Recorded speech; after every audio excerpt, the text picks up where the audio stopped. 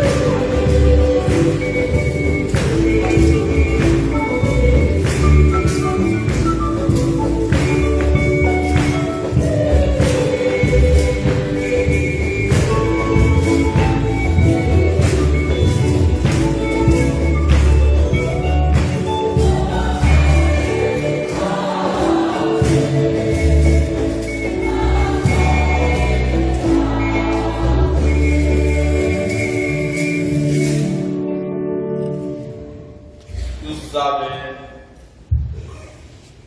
mukama wowe wigaruriye intara nyinshi kubera inyigisho ya Francisco Xavier Mweranda nubwo aje abamaze kubatizwa bagira umwete wo gukwiza ukwemera Eklesia Nyeranda nayo ironka akanyamuneza kukurondoka iminsi yose na hose. Tugusavye Yesu Kristo umwana wawe akaba n'umukama wacu, we Mana musange ubuzima n'ingoma hamwe na Mutima Mweranda ubu no mu myaka yose.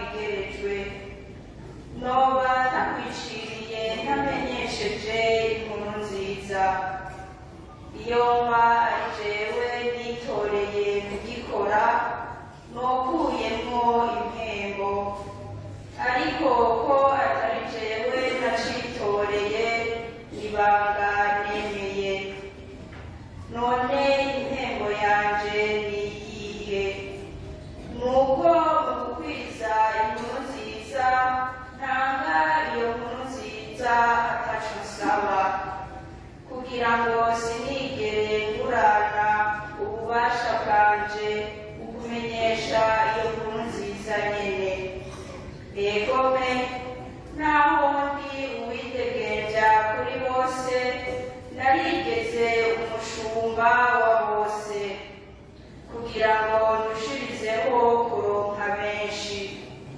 narigize umuyuda mu bayuda ngo ngarure abayuda mu bagengwa n'itegeko nabaye nk'ugengwa n'itegeko naho ubwanje ntagengwa n'itegeko kugira ngo ngarure abagengwa n'itegeko mu batagira itegeko nabaye nk'utagira itegeko naho ntari mvuze itegeko ry'Imana nkagengwa n'itegeko rya Kristo kugira ngo ngarure abatagira itegeko mu badakomeye nabaye ubudakomeye kugira ngo ngarure abadakomeye kubera bose narigize byose kugira ngo uko bishoboka kose hagire abo nkiza byose ndabikora kubera inkuru nziza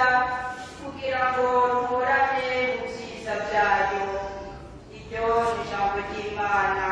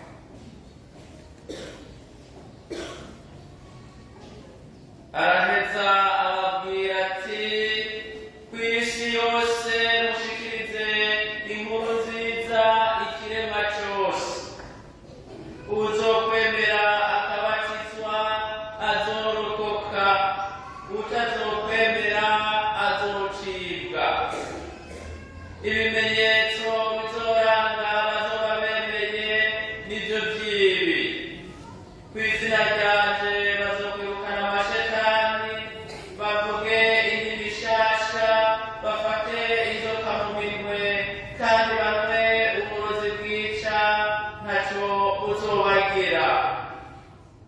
bazogarandurira ibiganza ku barwaye nabo bace bakira. Umukama Yesu ahejeje kubabwira ivyo ajanwa mw'ijuru yicaye iburyo bw'Imana. Nabo bagenda kwigisha hose, umukama akorana nabo, iryo bigisha akarigaragariza mu bimenyetso vyariherekeza. Nidushemeze ijambo ry'Imana.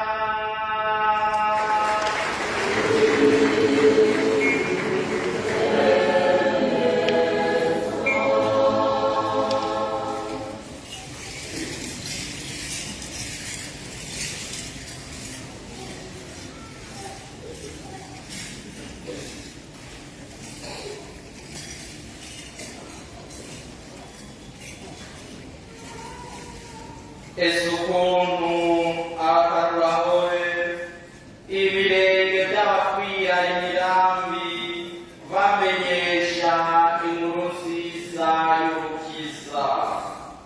Bavukanye dukoranye ngaha kugira ngo duhimbaze umunsi mukuru wa Francisco Xavier Mweranda, umuvunyi wa misionari hamwe na Teresa w'umwana Yesu, agacaba n'umuvunyi w'abamisionari b'abasaveriano. Guido Maria Comforti Mweranda yatanguje umuryango w'abihebeye Imana kubera yahabuwe n'iciyumviro ca Francisco Xavier.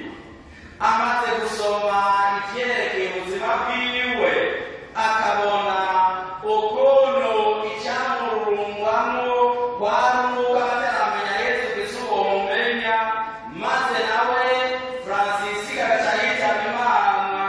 Tuvuga ko yoba yarimo ku muryango w'Ubushinwa kugira ngo yigishe inkuru nziza Abashinwa. Guido Maria Comforti yaciye rero n'abavuga ati, ndagiye gutanguza umuryango uzoshishikara igikorwa ca Francisco Xavier Mweranda. Ni naco gituma yaciye ashima yuko umuryango mushasha atanguje witirirwa Francisco Xavier. Nico gituma tuvuga ko turi abamisionari b'abasaveriano, nta handi rivuye atari muri Francisco Xavier.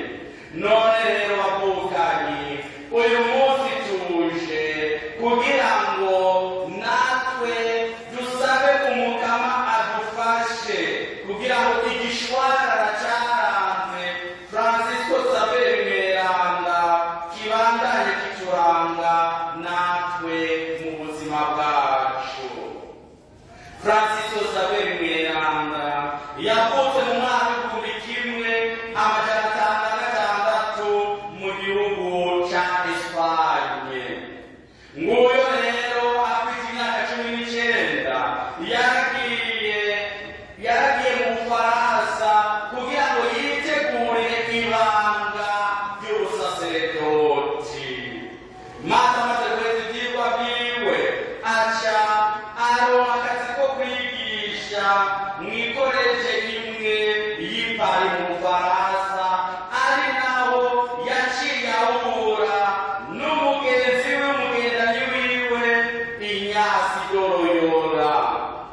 Ico gihe bari basangiye n'icumba baba hamwe, maze ica ibara intango y'ukumva muri we vy'ukuri umuhamagaro w'ukuri, bivuye ku biganiro bariko baragiranira Inyasi. Aca aramubwira ijambo ry'inkoramutima, kuvuga ko ryamuhabuye iyindi migambi yiwe yose yari afise, aca arayiheba. Inyasi yaramubwiye amwibutsa ivyanditse mu nkuru nziza ati, mbe vyomarira iki umuntu gutunga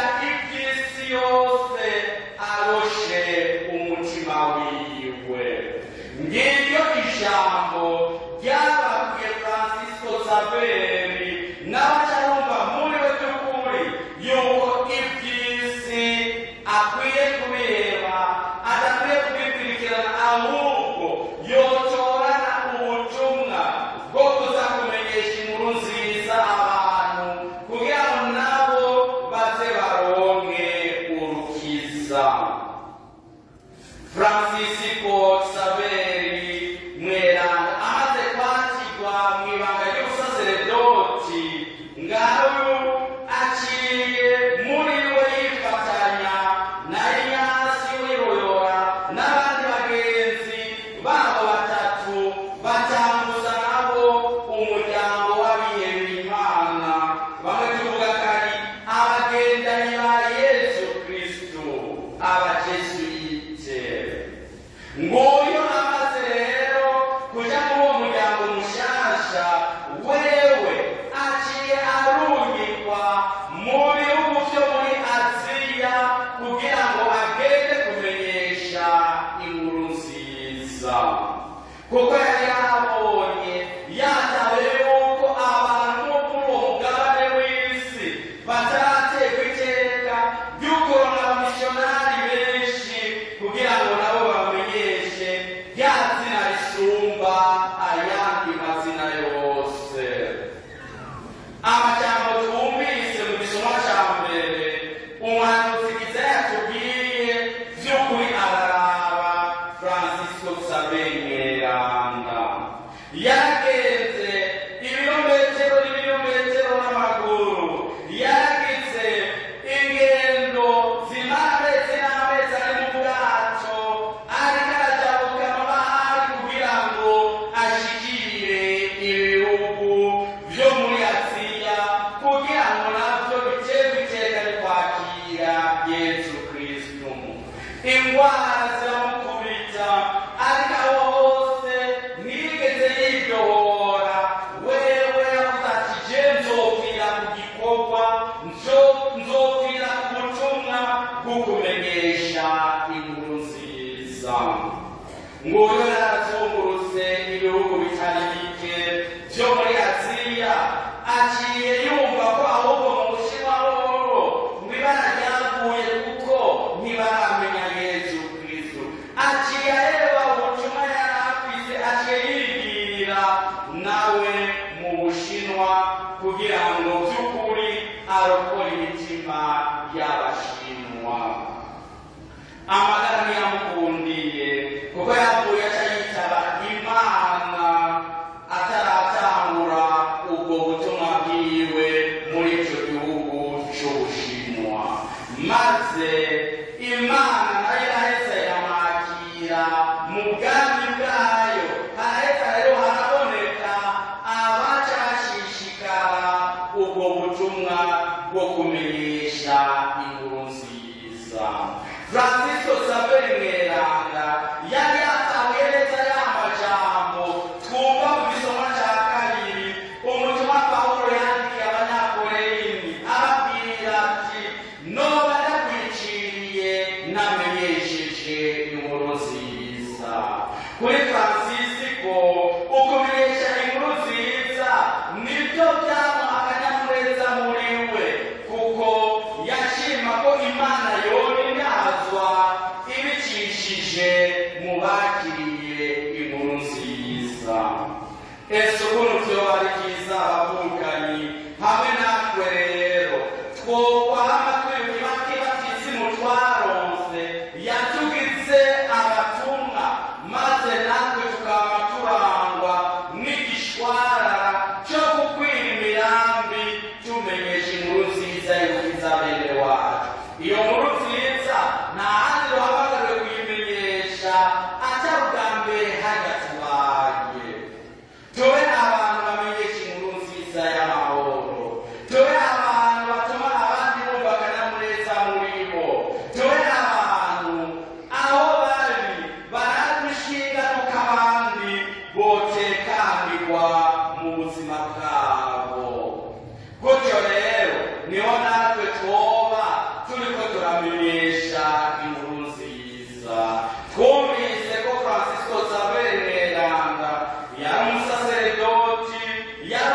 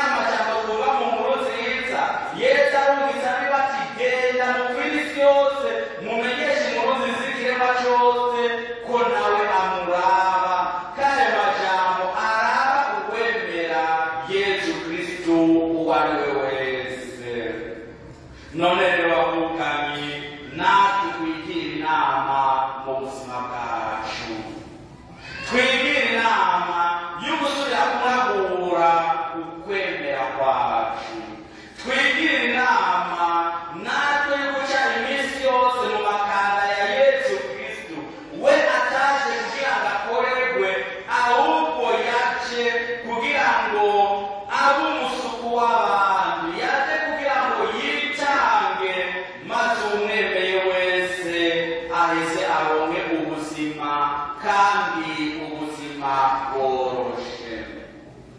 Twama twumvise inkuru nziza cyangwa tukayigisha, ariko umuntu arabye ntirayengekera mu mitima yacu. Usanga tucigenza n'abataramenya inkuru nziza, tucigenza nk'abapagani. Aho kumenyesha inkuru nziza y'ubukiza, ugasanga ahubwo ni twebwe tugenda turabiba urwango mu bantu.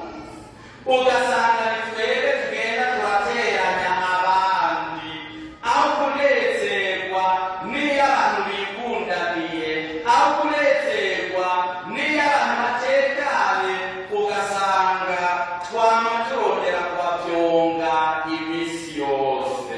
Ibyo rero ntaho bihuriye n'ubutumwa duhamagariwe gukora nk'abatoranye ubutumwa bwo kumenyesha inkuru nziza. None rero bavukanye, kuri uyu munsi w'idominikani ya mbere y'ubushikiro, ni n'umunsi wahariwe ugusabira amahoro ibihugu byo mu biyaga binini. None rero dusabe kugira ngo umwami w'amahoro abyagize amahoro ubwa mbere mu mitima yacu. Twama tuvuga yuko umuntu atanga icyo afise. Niwaba utafise amahoro mu mutima wawe, ni uwo muntu atuma abandi batekana. Niwaba uri umuntu w'amahane, abo uciye nta kintu uzogenda urakora atari ukudurumbanya, atari ukugira imitima abandi. Ariko hamwe wuzura amahoro muri wewe, uzoba umuntu rero atanga amahoro, uzoba umuntu atanga akanyamuneza aho uciye hose. Kandi niwagira amahoro mu mutima wawe, mu muryango wawe hakaba amahoro, n'igihugu cyacu cyose kizoca kigira amahoro, kuko uri umuntu arangwa n'amahoro. Nta byumviro by'ubwicanyi, nta byumviro by'amacakubiri, nta byumviro byo kugira nabi abandi bizokwigera bikurangwamo. Tubandanye rero twisabire twese kugira ngo Francisco Xavier Mweranda abandanye atubera mu ngoro. Iri jambo ryamuhabuye yuko umuntu ataco vyoba bimare aho yotunga ivy'isi yose, aroshe ubuzima bwiwe, atakaje umutima wiwe. Natwe rikubere dukwega kwegera ubutumwa bwo kwegera Imana yacu. Birababaje kubona hari abantu iminsi yose ikibazo ishinga ari ukwihambira ku by'isi, bakibagira ko n'umunsi w'izina bazosigana. Birababaje kuba hari umuntu yitora akarenganya uwundi, akamunyagirwa n'umubone parasere yiwe, kandi azi n'umunsi w'izina ashobora no guca isiganaho ataranayibamo. Mbere abayisigiye bagaca basigara barayijyaniramo, kuko yavuye mu mivumo itavuye mu mihezagiro.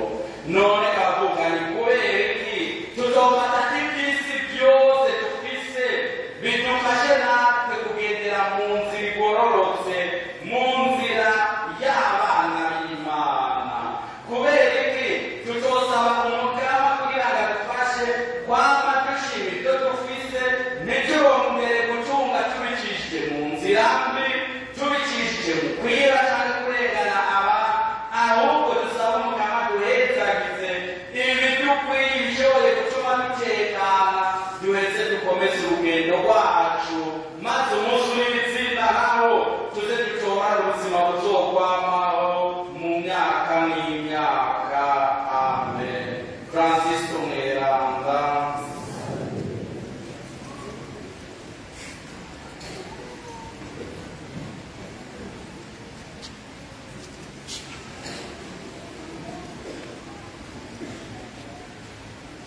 Muhaguruke tugaragaze kwemera kwawe.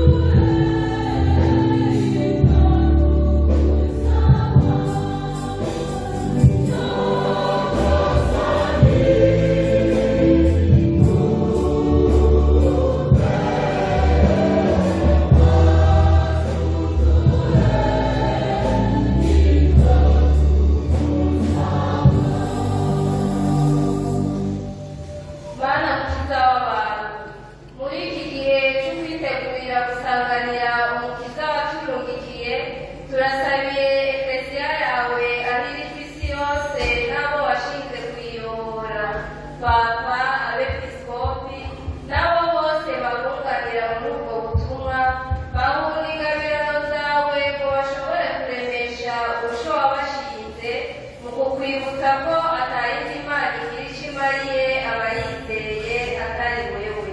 Twumvire Semukama.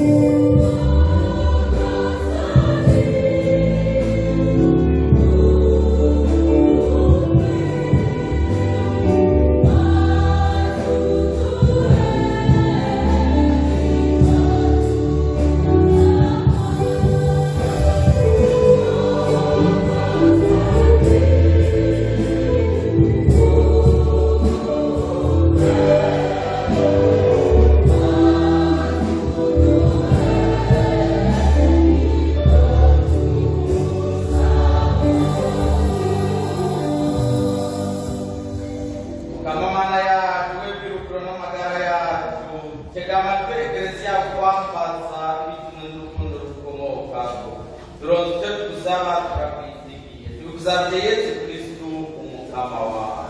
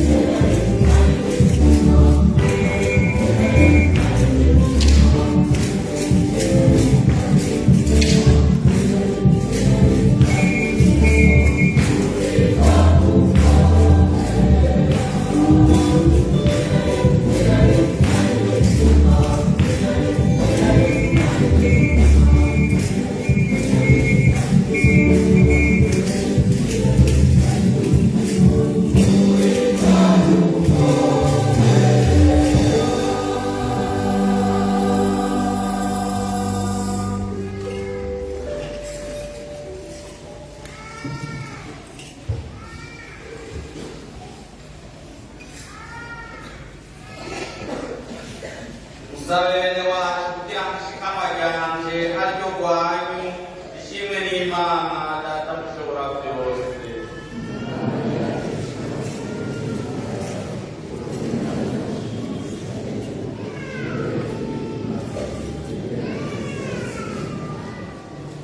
Akira Mukama ibishikanwa tuhereje mu kwibuka Francisco Mweranda, maze nk'uko icyifuzo yari avuze cyo gukiza abantu cyamutumiye yambukira amahanga ya kure, aho ariko udufasha gushingira intare y'ukuri inkuru nziza kugira ngo twihutire gushika iwawe turi kumwe na bene wacu. Tubidusabye Yesu Kristo umugama wacu. Horane umukama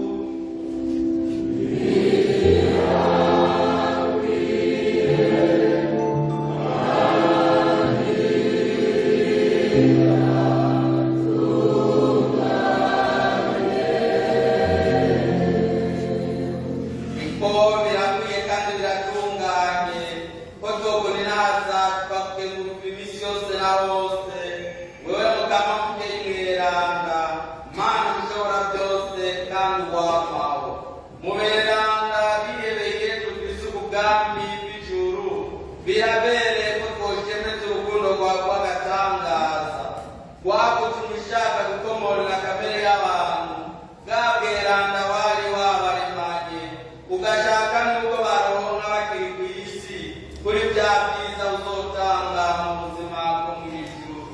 Nicyo gituma twiheze kuberana no kwamarika bose uko bangana ngo tugushemeze kandi twame tuvuga tuti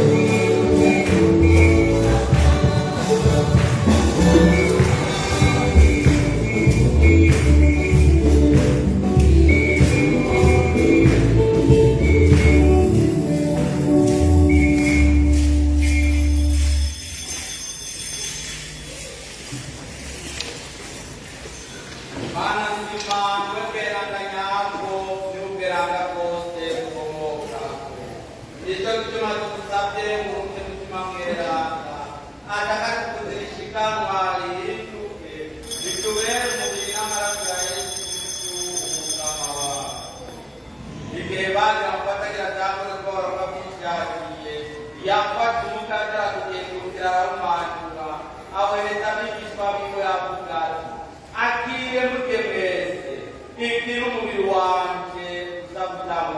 bwanyu.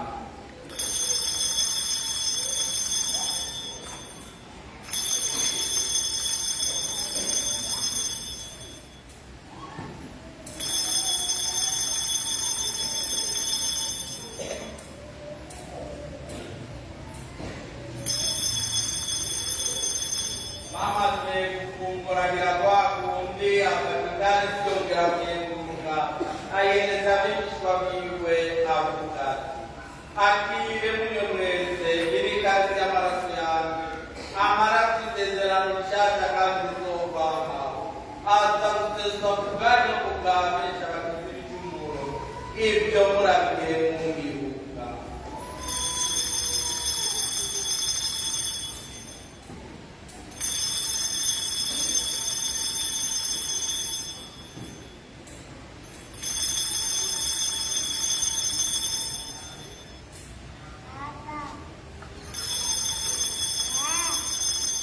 Bana b'Imana ibanga ry'ukwemera n'agatangaza.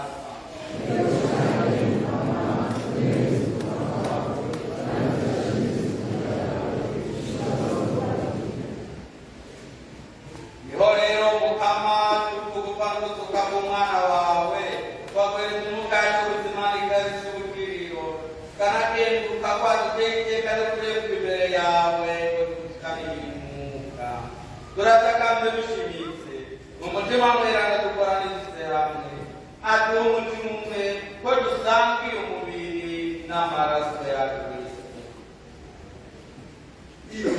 Kama Eklesia yako Kristo yose conducemos no fundo Ivo como Papa Marco Francisco no nome do Arcebiscopo de Base na voz da simples comunhão a Cristo Cristo.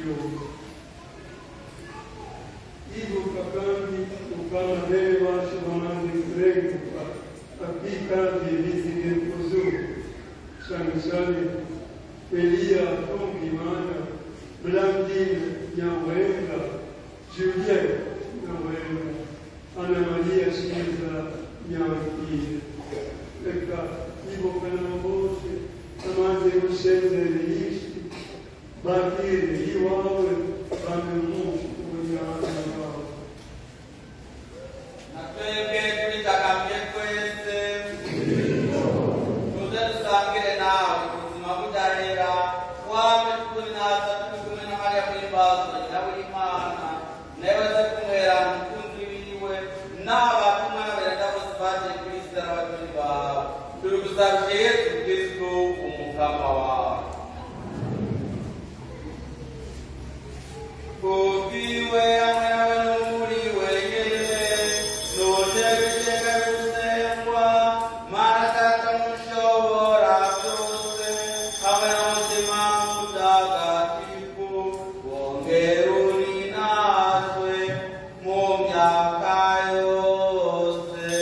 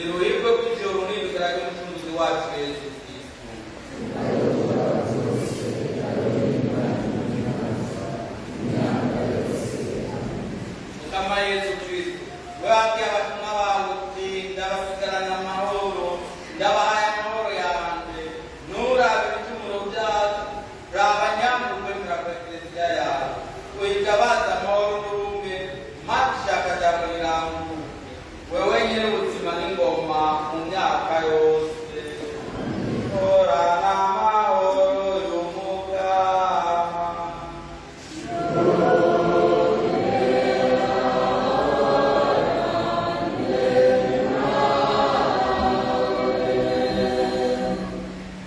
muramukanye amahoro ya Kristo.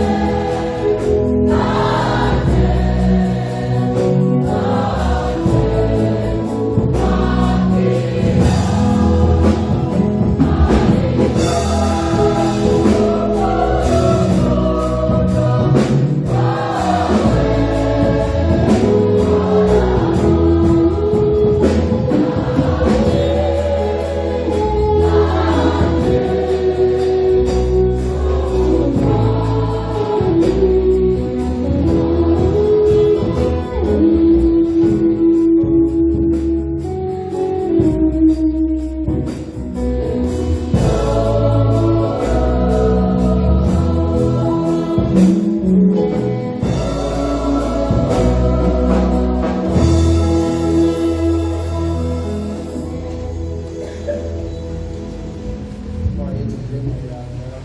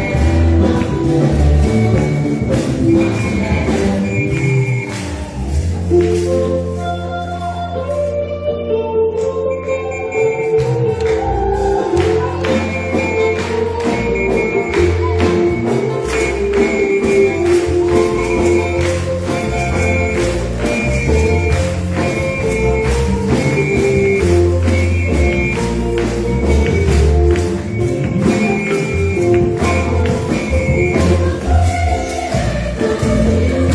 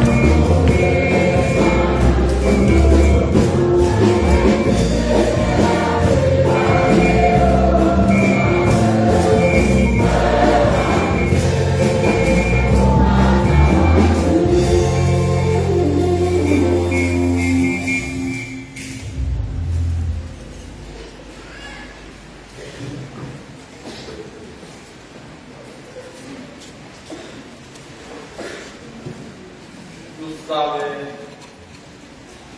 Amabanga yawe Mukama nakure muri twebwe bwabwira bw'urukundo bwatumye Francisco Xavier Mweranga yihebera rwose ubukiriro bw'abantu, maze mu kugendera iteka ry'itorwa ryacu dushigire hamwe nawe impera yemerewe abakozi b'umutima. Tubigusabye Yesu Kristo umugama wacu.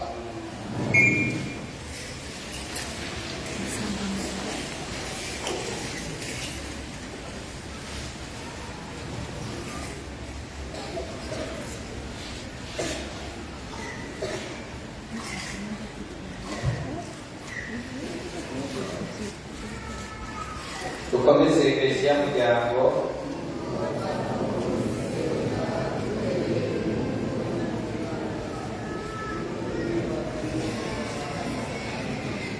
Dukomeze Ekleziya Muryango mu guhoza ko mu gusenga duhereye mu ngo n'imibano yacu no mu guhimbaza neza amasakaramentu. Abavukanyi bifuza isakaramentu ryo kubaka Kristo, Manyusi Ndayisaba wo mu Gituro Paruwase Kamenge ashaka kubakana na Godefride Kaneza wo mu Nyamabuye Paruwase Ntita. Bimenyimana Jean wo ku Mubuga muri Paruwase Munanira ashaka kubakana na Sofia Bwato wo mu Mirango Paruwase Kamenge. Uyu munsi turiko duhimbaza idominika ya mbere y'ubushikiro umwaka B. Ni n'umunsi mukuru nk'uko mwavyumvise w'umweranda Francisco Xavier, umuvunyi w'abamisiyonari w'Asaberiyani nibo basanzwe barongoye paruwasi yacu. Mu ntumbero yo kwitegurira neza Harambe itegekanijwe igenekerezo rya 31 ukwezi kwa 12 muri uyu mwaka turimo 2023. Urwego rwa paruwasi yacu, Padiri mukuru abadikanije n'urwego n'umwanya muri paruwasi yacu aratumiye mu nama izoba ku munsi wa 3 igenekerezo rya 6 ukwezi kwa 12 muri uyu mwaka. Abarongoye imibano yose irangurira ubutumwa kuri paruwasi hamwe no ku mashuri ya Gatunguru, W'Interekwa, Nyabagere hamwe na Muyaga, atibagiye n'abarongoye amasirike kuri paruwase no ku mashure duhejeje kuvuga. Iyo nama ikazobera mu kigo cya paruwase mu nyubakwa y'iminsi mikuru igihe cy'isaha 10 z'umuhingamo. Kubera ko ibisiyohezwa bihambaye bisabwe ko atawosiba canke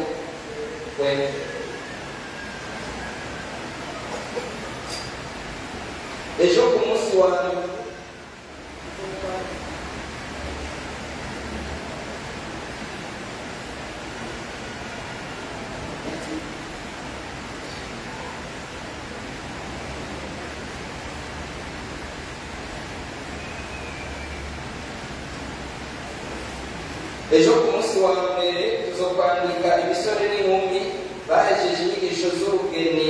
Atumiwe azogira urugeni mu kwezi kwa mbere bose basabwe kuzoza bibangikanije amakete yabo y'ubukristo n'ay'abahagarikizi babo hamwe n'urupapuro bakuye muri komine.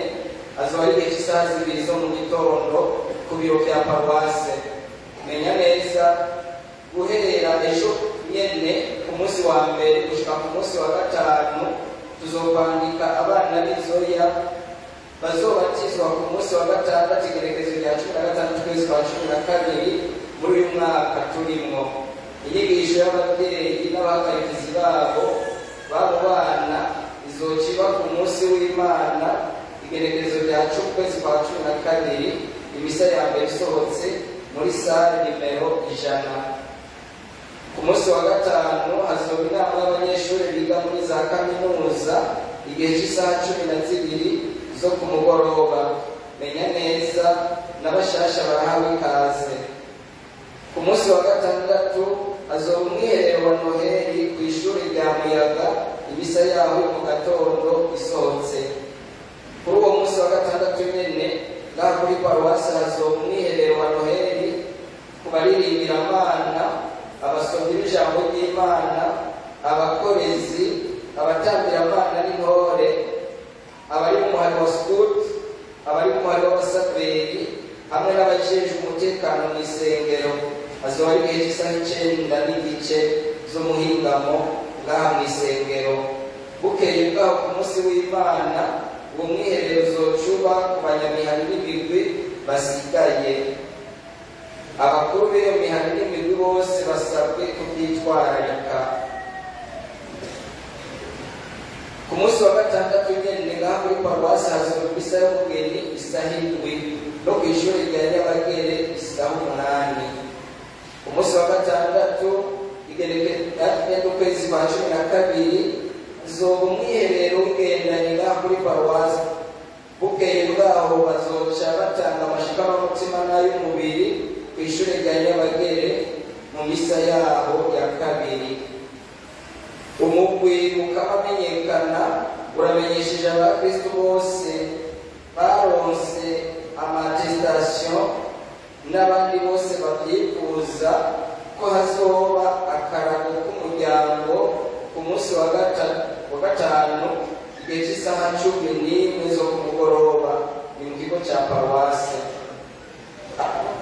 Abarongoye igisata cy'ubutungane n'amahoro muri paruwasi Kamenge baramenyesheje abo bose bifuza kumvirizwa bivanye n'ibyabakomerekeje muri kahise bitewe n'ibihe Uburundi bwagiye bucamo ko bazobakira ku munsi w'Imana igenekerezo rya 10/12 mu kigo cya paruwasi kuva igihe cy'isaha 3:30 gushika isaha 8.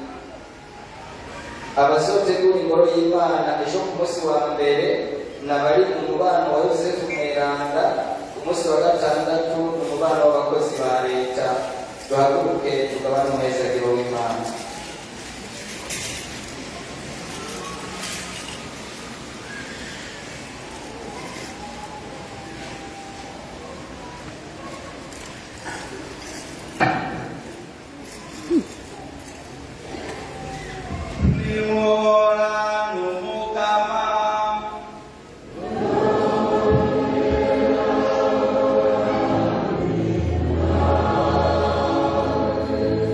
Imana